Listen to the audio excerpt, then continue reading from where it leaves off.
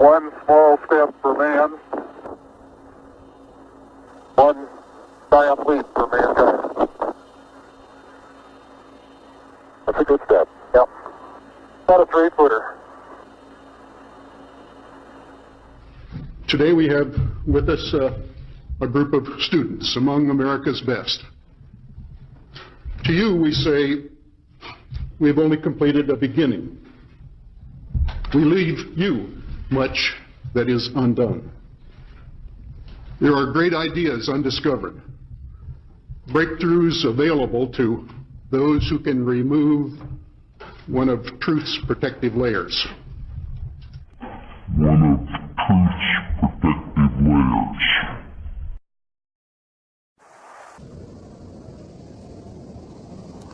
You are about to embark on a one-way journey to the greatest lie ever told.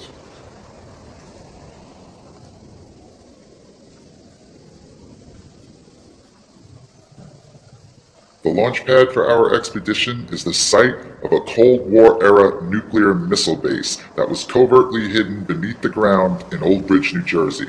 Underground silos stored the Nike Hercules nuclear warhead, and the residents of this sleepy town had no idea it was even there, for this was an age of great secrets.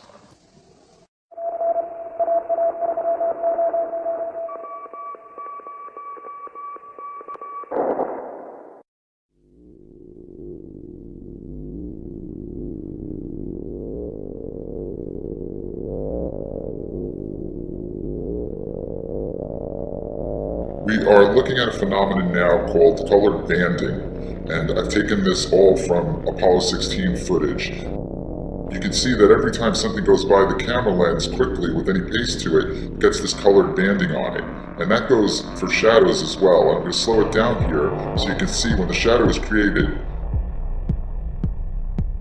the colored banding happens, and that's a freeze frame of the color banding around the shadow.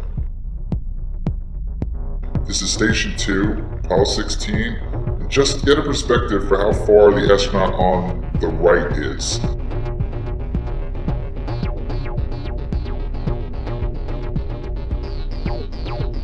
And the camera we're watching this through is the color TV camera on the rover, which is controlled from Houston. And note the light source in the visor of the astronaut walking by. And now we're going to cut a little further in this clip. Pay attention to what happens. Just a very precise side as far as the boulder goes. They're all angular. Just a very precise side as far as the boulder goes. They're all angular. What you're looking at are shadows covering the entire location out to the horizon. I'm showing you the same clip. And there are two shadows. 1, 2. That is impossible with the sun as a light source. The only way this can be possible is if it's an artificial light source, because there's nothing tall enough there to block out that much space. And I showed you how far the astronaut is from the rover, and these shadows are covering the entire location. And this is black and white normal speed. See his backpack? Light, shadow. Okay, now let's take one black and white, slow down. Also note that the image is shaking because the other astronaut is at the rover. It's as if something has fallen across the light source, causing fast-moving shadows. The banding reads on the back of the astronaut's backpack, but it doesn't read in the black zone because the lens only puts banding on things it can read, and it can't read a shadow in the darkness. If the light source is the sun, how do you block out the sun with two guys on the moon? How do you block it out? You can't block out the sun for that long of a shadow. Astronaut Charlie Duke is out there in the distance. Astronaut John Young is back by the rover. So who's causing the shadows?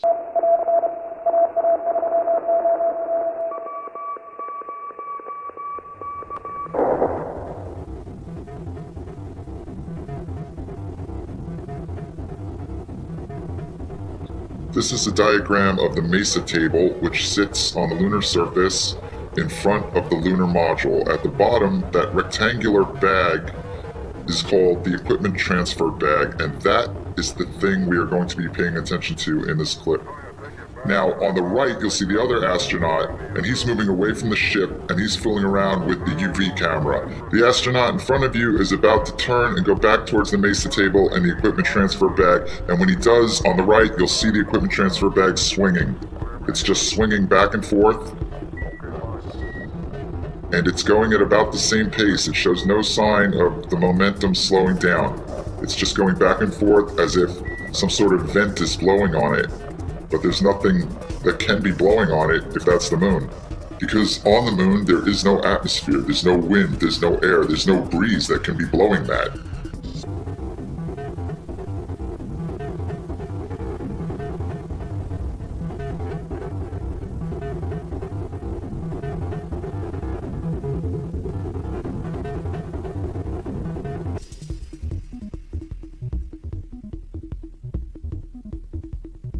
This clip is from the closeout of EVA-1, Apollo 16, and the next clip is from the closeout of EVA-3, also Apollo 16. And we're going to see the same phenomenon with the equipment transfer bag. As soon as astronaut Charlie Duke attaches it to the MESA table, it starts swinging on its own again, as if it was being installed right over a vent. But then it gets really interesting because I think they notice it, and they discuss it, and then take corrective actions. Hey, John? Yeah? Take a look. Okay, Charlie, you should have,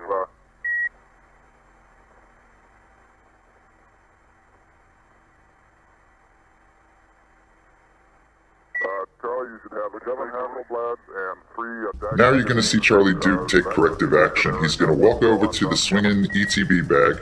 He's going to remove the camera that's attached to his chest. He's going to put it on top of the MESA table, and then he's going to put his camera in the ETB bag, and then he's going to remove the bag from the straps, and he's going to place it on top of the MESA table so it's no longer swinging from the straps. And there's obviously a voice we can hear organizing the charade-like diversion you are about to see.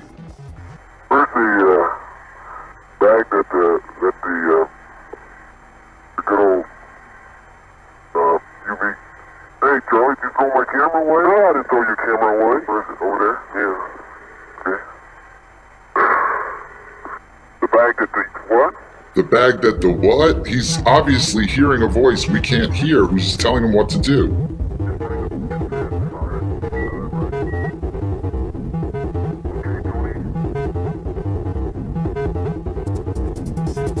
This is just a really strange scene.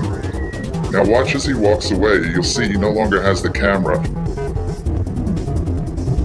You can't have any wind or breeze or ventilation on the moon. But this thing is like a perpetual motion machine. And this is how they corrected that motion, by taking it off the straps and putting it on top of the table.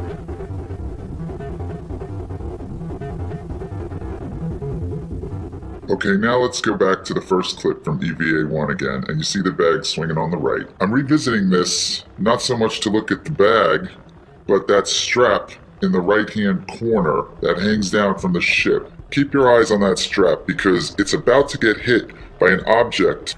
What are we going to do with this thing? Can we throw it away? Leave it under the, throw it away, it's empty. Pull it straight up, there you go. That crummy thing. Well, no, that's okay. Yeah. So the strap was hit with momentum, but it exhausts the momentum and it slows down and it practically comes to a complete pause. And that's the reason I'm showing you this, to illustrate the fact that you can see momentum acting naturally in this clip. Let's take another look at it. But notice how that strap responds to gravity and responds to the momentum dissipating, whereas the ETB bag does not. It goes at a steady pace throughout both clips from EVA-1 and EVA-3.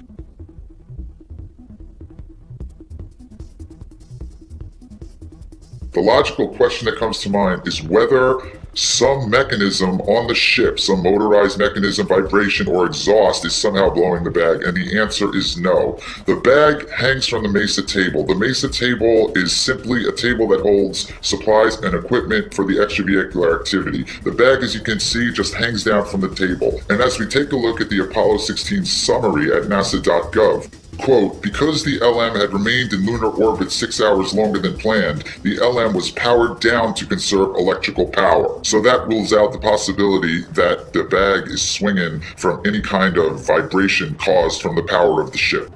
Everything they put in the ETB is supposed to go back to the ship for transfer to Earth, and the 70mm Hasselblad camera is not on that list. Furthermore, it is common knowledge, also listed in the lunar surface procedures, that the 70mm Hasselblad cameras were left on the moon.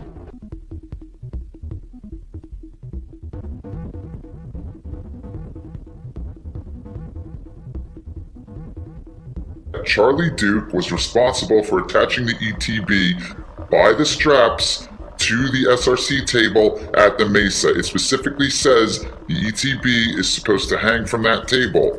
Charlie Duke is not supposed to touch that bag again or have anything to do with it for the rest of the mission until they are back in the lunar module. John Young has the responsibility of taking that thing off the straps and attaching it to the conveyor when he is entering the lunar module, and then the procedure calls for Charlie Duke to unhook it at that point. Hey, Charlie, did you throw my camera away? No, I didn't throw your camera away. Where's it? Over there? Yeah. Okay. The bag that they... What? What's going on right now with him removing the bag and then putting it on top of the table is a total break with protocol, and any break with protocol is by definition a contingency plan, and that's why Charlie Duke and John Young seem so confused in this scene. We got 1, 2, 3, 4, 5, 6 Hasselblads. 3 DACs, SWC, and a CRE, the maps, various other things. Various other things. The problem with various other things is that various other things are not listed on the lunar surface procedures. Various other things directly refers to the camera, which he just stuffed in the ETB. Okay, let me drive this uphill, okay? This is a lie.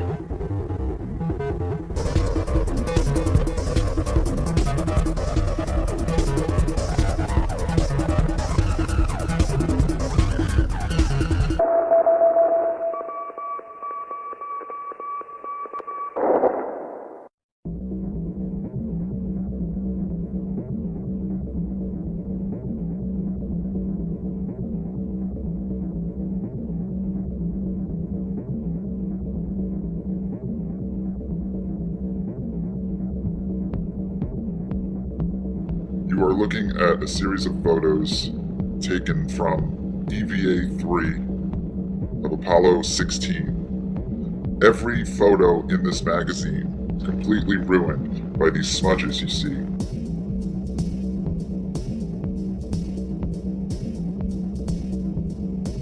At the bottom of the images, the number 39, that identifies the camera these were taken with. There were 2 cameras used for 70mm shots during Apollo 16, number 39 and number 33. Those numbers are etched on the resu plate, which is a glass plate that faces the film. It's in between the lens and the film, and it has these crosshairs on it, and it also has the identification number on the bottom of the resu plate. All of the damaged photographs were taken with number 39. 162 photos on magazine 116E, and there are some other damaged photographs with this exact same pattern on magazine 114B.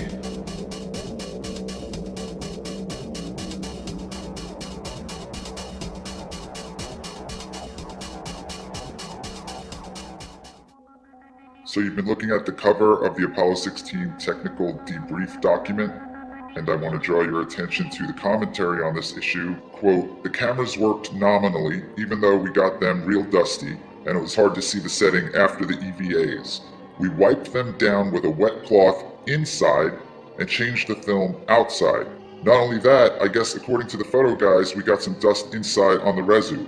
The camera still worked, although it left a couple or 3 streaks across the film.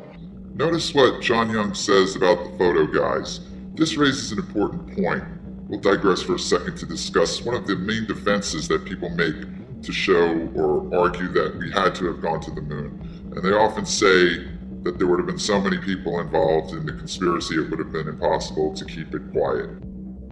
The only people who would have known about the hoax would have been those on a need-to-know basis, and that would have been very few people.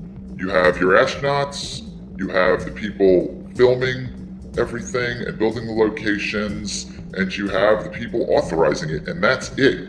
Everybody else would have been doing their one task in the line and sequence of events that they were responsible for. And this segues into another defense made by people who believe we went to the moon, and that is, why didn't NASA have them do things over after they made mistakes? And the reason for that is that this was live, and not everybody was in on it. And those hundreds of people you see at Mission Control, they're not in on it. You got the surgeons, they're monitoring the heart rate. You have the data guys, they're monitoring whatever is coming in on their feed. And everybody is looking at a live event, and all over the world, people are monitoring a live event. So there were no do-overs.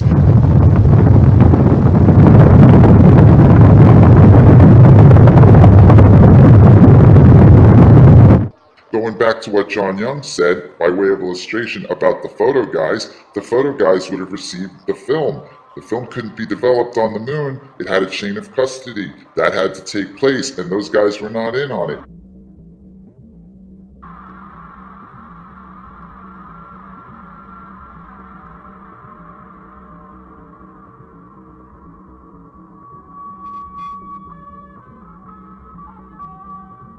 Now this is the cover of Apollo 16 mission report, and let's go to the equipment section.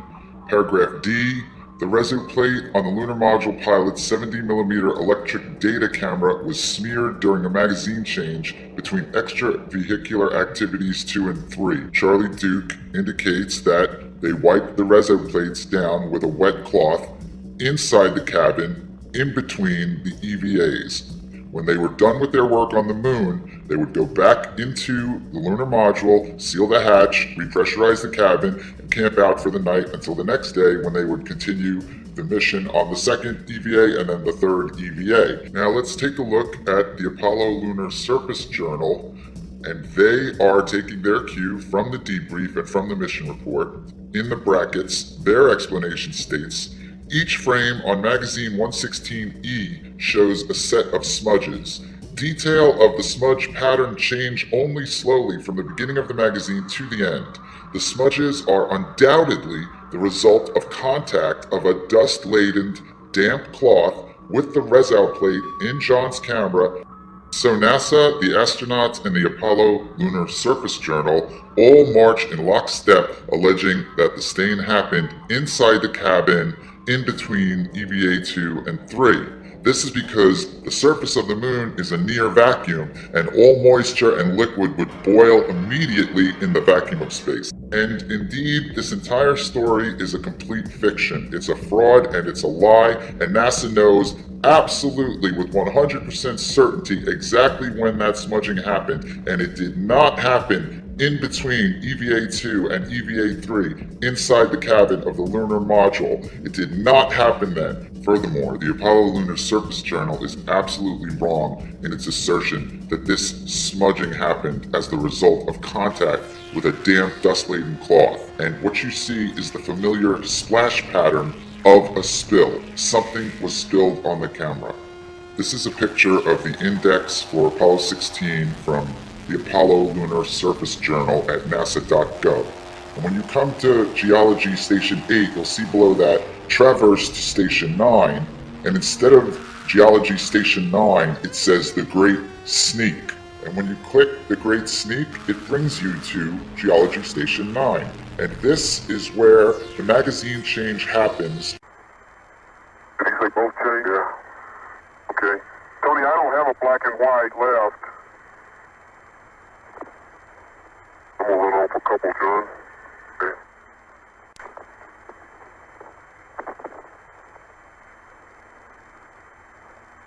I'm out. 3 frames to go and I'm out. Okay, good. Okay, magazine, Bravo's got something in it. A few frames. You used about 50 on it yesterday. And we can use magazine Delta, both put color on. Is that okay, Tony? Okay, that sounds fine. Let's put Bravo on John since he doesn't shoot while he's driving. And here are the final 3 shots taken with 107C. directly at Station 9 during EVA-2, and these are not marked by the smudges. Concluding that magazine at Station 9, none of them are marked by the smudges. They are absolutely perfect.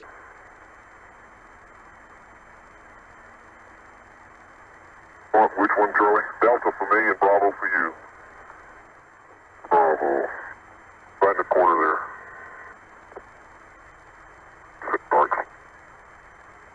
The image you are looking at now was the very last picture taken before that magazine change at Station 9 where they are now. This is 107-17583, and as you can see, there are no smudges on it.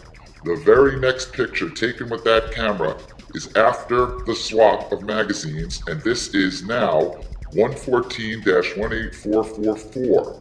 And that photo was on magazine 114B. On the left, we have 18444, the very first image taken with the smudges. And you can see the pattern is clear, the dust has not grabbed to it yet. On the right is 18577, and this one was taken the next day during EVA-3. Compare the two stains. The streaks are the same. These are the same exact patterns. The orange juice dried, and it's stained in the same way. The streaks match. See the first long streak on the left, and then look to the right image, and that same long streak is there, and it becomes obvious that this is a spill pattern of orange juice spilled on the glass that persisted over 2 days. Every single photograph taken with camera 39 up until this moment at Station 9 during EVA-2 was absolutely perfect, and every single photograph taken with that camera from this moment on will be absolutely smudged. If the astronauts had wiped the cameras down with a damp cloth inside the cabin later that evening, we would not see the stain pattern the next day during EVA-3. And this is the moment that it happens. John Young drops his sample bags, and Charlie Duke comes over to help him reattach them to his camera, and John Young asks Charlie Duke to check his lens, and since we know that the very next picture snapped with that camera will have the familiar stain pattern on it, John Young's concern with his lens leads us to another possibility that the stain pattern is on the lens and not the res-out plate. Dropped your bags again, John? Yeah, take them off, Charlie. Oh, that thing did come off, didn't it? Yeah. Okay, let me come around and help you put it on.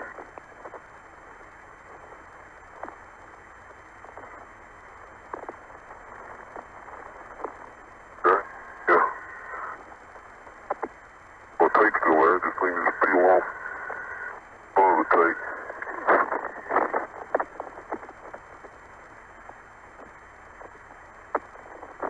Oh, well,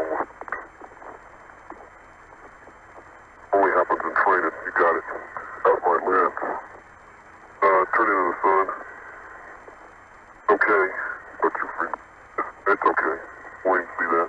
So what has just happened to cause this stain pattern to emerge? The answer is orange juice. It has been well documented that the astronauts had a problem with the suction straws inside their helmets that allowed them to take sips of orange juice. The straws would accidentally squirt orange juice all over them and into their helmets, and this was a big problem on the mission, and the orange juice actually seeped into the neck ring. And it appears obvious now that the orange juice leaked through the neck ring at Station 9 and caused the camera to be stained. And that is direct evidence that they could not possibly be on the moon, because if orange juice could leak through the helmet lock, then the helmet lock was not properly sealed to protect the astronauts from the vacuum of space. And this is because the helmet and the neck ring, in order to be airtight, must also have been watertight, because water molecules are bigger than air molecules. So if water escaped, then oxygen also escaped, and the suit would not have been pressurized, and in that case, the astronauts would be dead.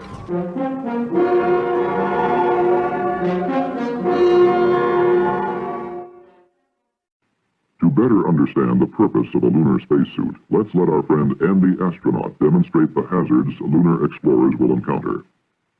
If Andy were to step out on the surface of the moon without a spacesuit, this is what would happen. In the near vacuum of space, the gases within his body would immediately expand.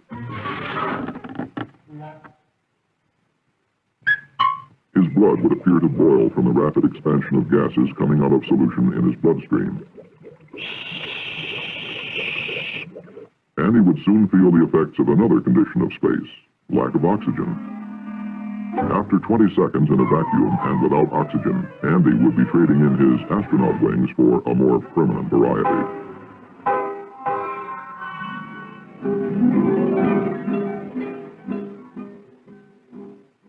Okay, now let's go back to the Apollo 16 technical air-to-ground voice transcription. Charlie Duke says, "Okay, Houston, do you read us? Over." "Yeah, we read you fine, Charlie." And then Charlie Duke says, "Okay, we had one heck of a time getting our helmets off. It turns out that this orange juice is the best cement you've ever seen. It seeped down in between the seals and the helmet and the ring, and we couldn't get the thing unlocked without a great effort."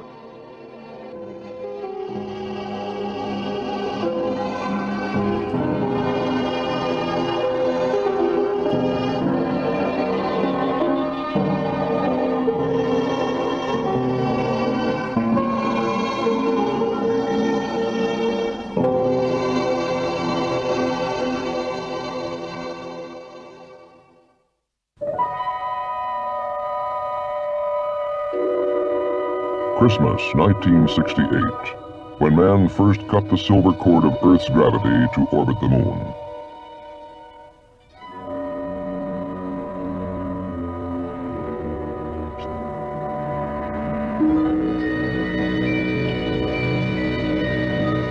In the year 1675, Sir Isaac Newton was asked by his fellow scientist, Robert Hooke, how he had accomplished so much.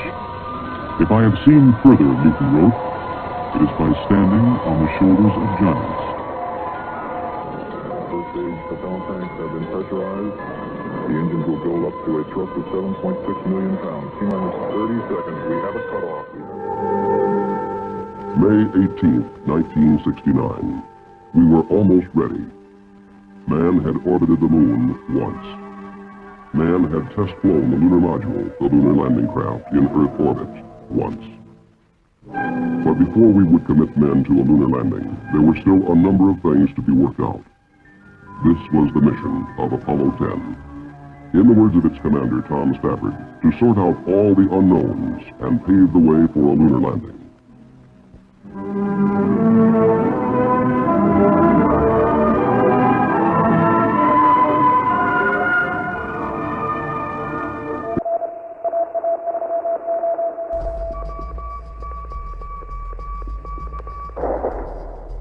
In the first three segments, I'm quite certain about the conclusions that have been drawn, and we will return to the heavy artillery in the final segment. But for this segment, I want to sort out a few unknowns.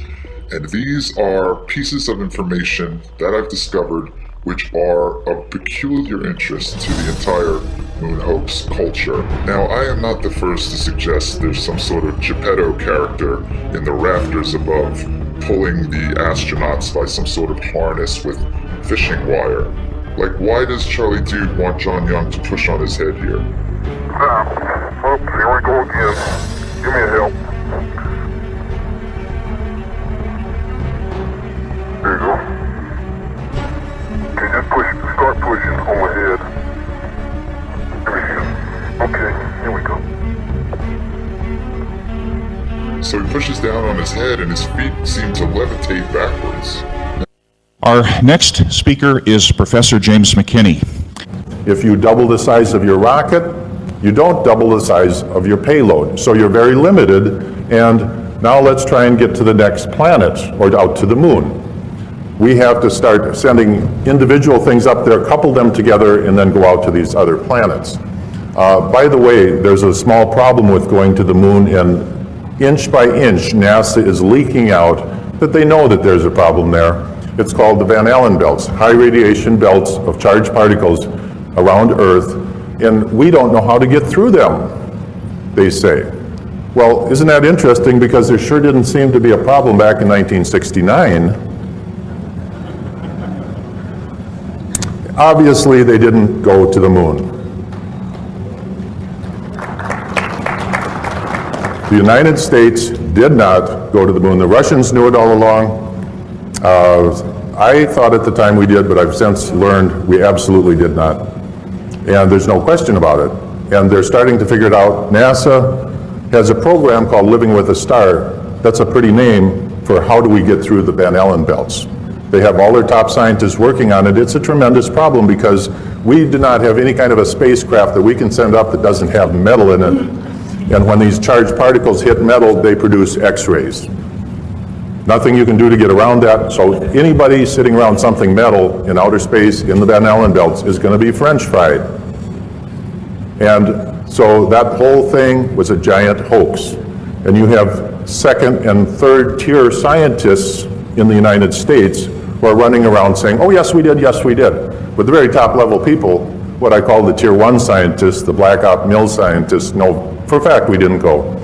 And it's a real problem. They don't know how to get through there.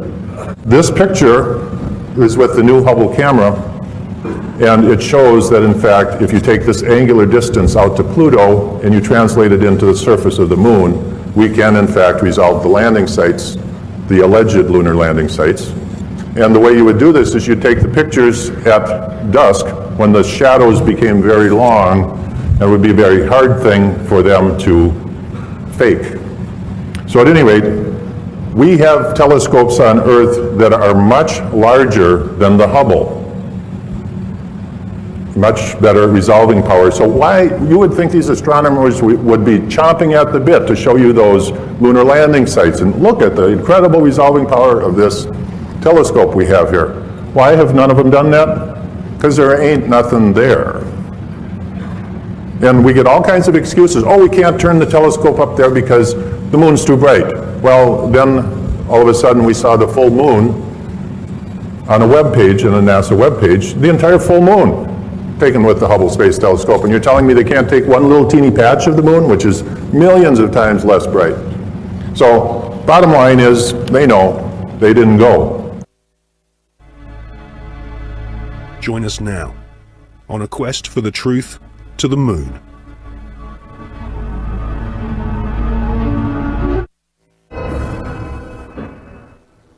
In this film, we shall not only prove beyond all reasonable doubt that many of the official NASA images of lunar exploration are fake, but we shall also examine the motives for the biggest lie put before the world. Why did NASA repeatedly fake lunar images and photographs? Why did NASA stage lunar expeditions which did not happen? The answer will surprise you.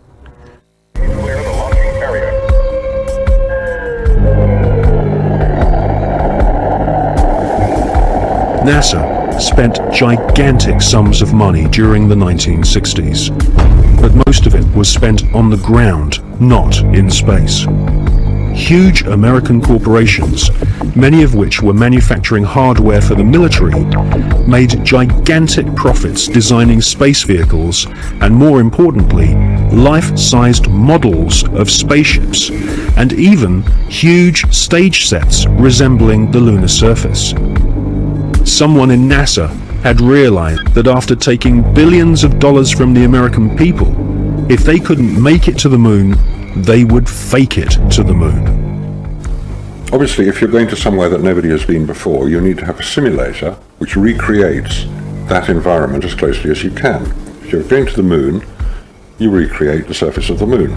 And here we see a section of the lunar surface created. It's about 30 foot high, 30 foot long, 35 foot long.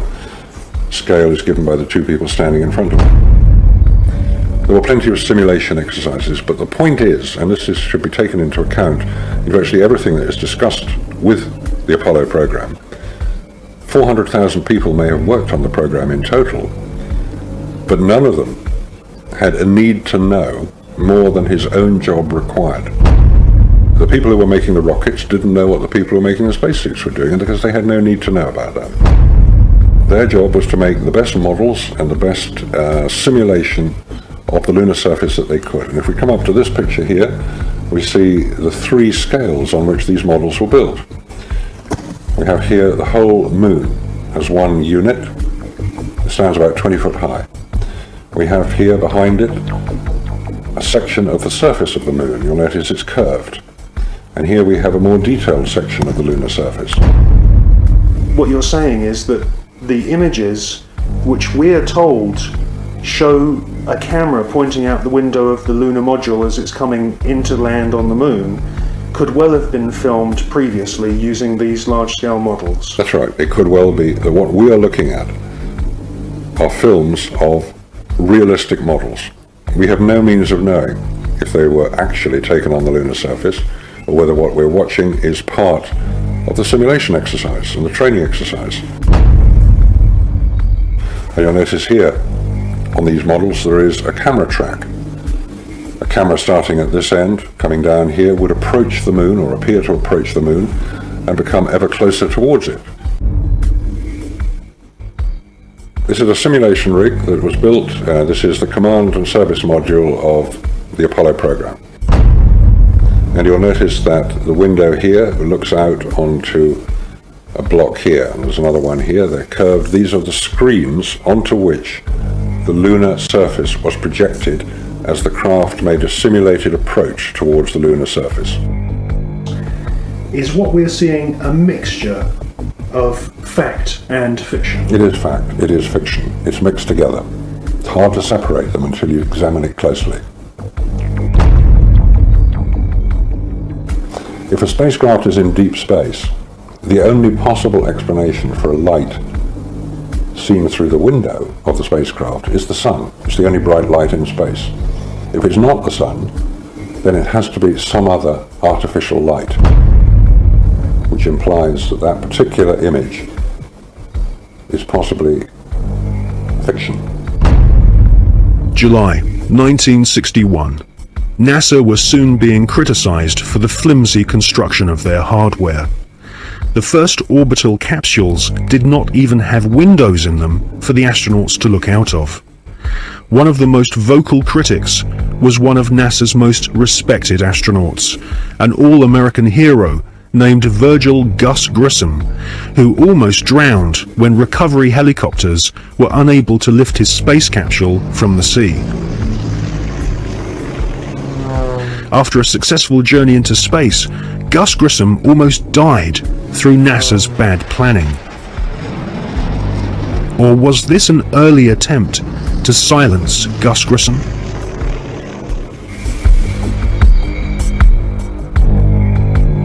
May 1963. Astronaut Gordon Cooper experiences re-entry problems in his Faith 7 rocket ship. The prototype lunar module, known as the LIM, had serious stability problems. At this stage, there was no guarantee that even if NASA managed to get a spaceship orbiting the moon, they could land safely without killing the crew.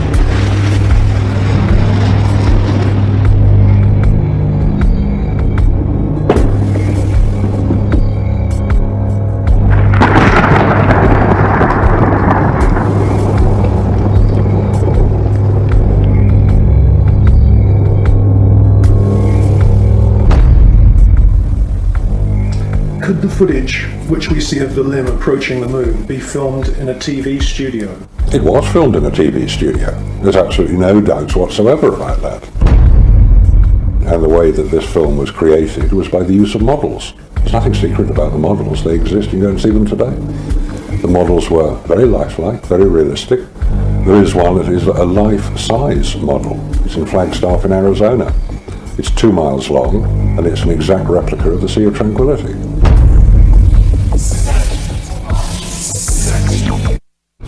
The photographs were used to create from those images the replica of the Sea of Tranquility, so that if it was flown over in a helicopter, it would appear as if it was a spacecraft approaching a similar area to land. So yes, all the scenes of the lunar surface were filmed on Earth.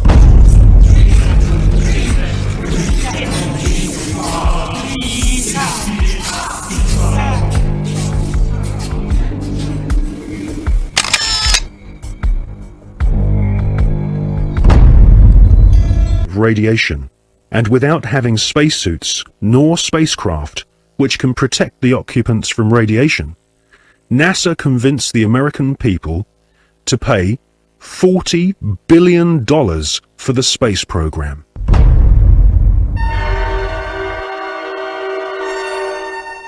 The most lethal forms of radiation, of course, are at the higher end of the spectrum. That's gamma rays and X-rays.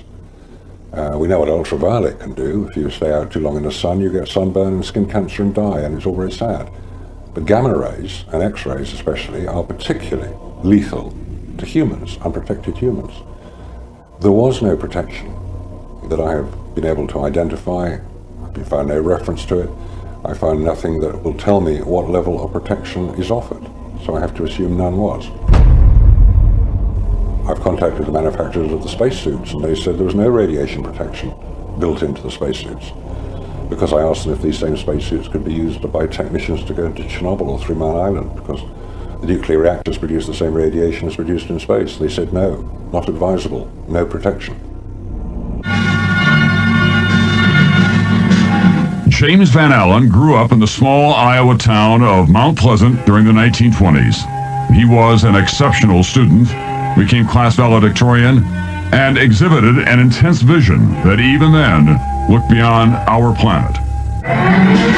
The environment was the time of the Cold War, and it was something scary. It was something for a child that seemed very scary to have to hear about bomb shelters and hiding under our desks. And I remember first hearing that my father was going to go to Russia and being so frightened by that, and asking my father, why was he going to Russia? Wasn't he scared? And I remember him explaining to me that in the scientific community, what they do, and as they take data and exchange data, somehow that transcends what is going on in the political arena. So that there is always a sense that the quest for intellectual activity was something very special.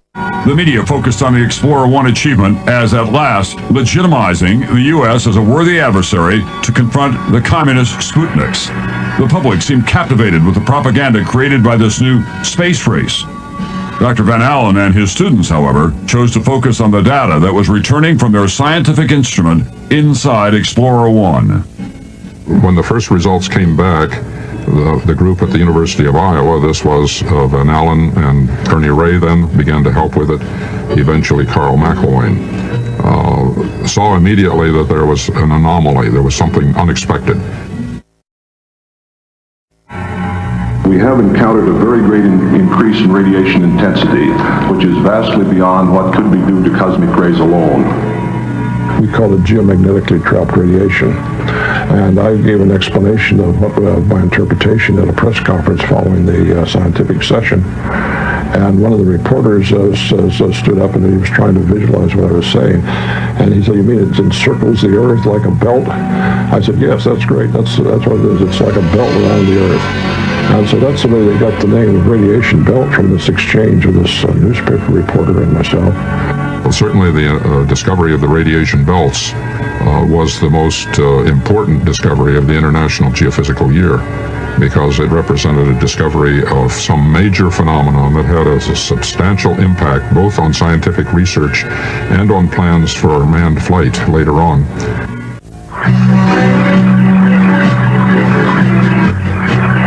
In late 1958 and early 1959, Van Allen flew instruments on Pioneers 3 and 4. Both were unsuccessful attempts to hit the moon, but their flights provided the Iowa group with essential confirming data.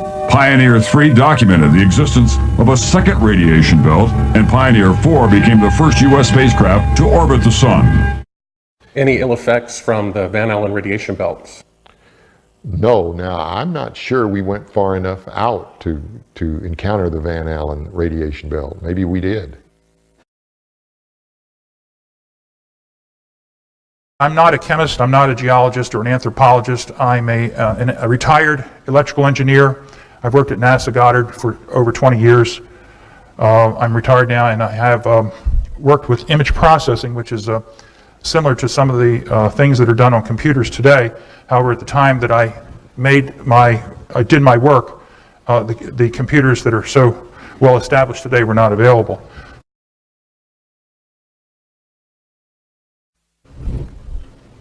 Yeah, hello. I like your presentation very much, but I got a couple of questions here. First one is, what, if any, are the differences between you and Richard Hoagland concerning the politics on the cover-up?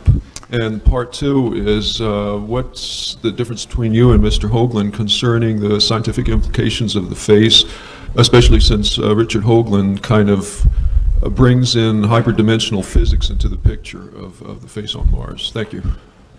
Okay, the one thing I'd like to clarify, I should have done at the beginning, Richard Hoagland and myself are like oil and water. The second thing is that, and I'll go into the third thing, is that Richard comes up with ideas where he does not have groundwork or supporting evidence, not even evidence, and certainly not proof, that things exist where they don't. For instance, I've seen some of his work where he has found swastikas and German tanks on Mars, and he has found cathedrals on the moon Europa of Jupiter that resemble burnt-out cathedrals from World War II in Europe, and various other things which not only can't be proved, but they aren't even evidence, and I stay as far away from him as I can. And there was the last part of your question concerned, I forget exactly. Yes, he always talks about hyperdimensional physics, and he comes up with all these formulas on the dimensions of also the pyramid on Mars, you know, and all these, you know, in his book he has all these geometric configurations, and he tries to bring in hyperdimensional physics. It's hard enough for me to give evidence and present it at conferences with facts that I can show to scientists, but to try to back up something with a relationship to another planet is so hypothetical that it just doesn't have the substance to hold up. Most scientists would classify that under the term of numerology and not have anything to do with it.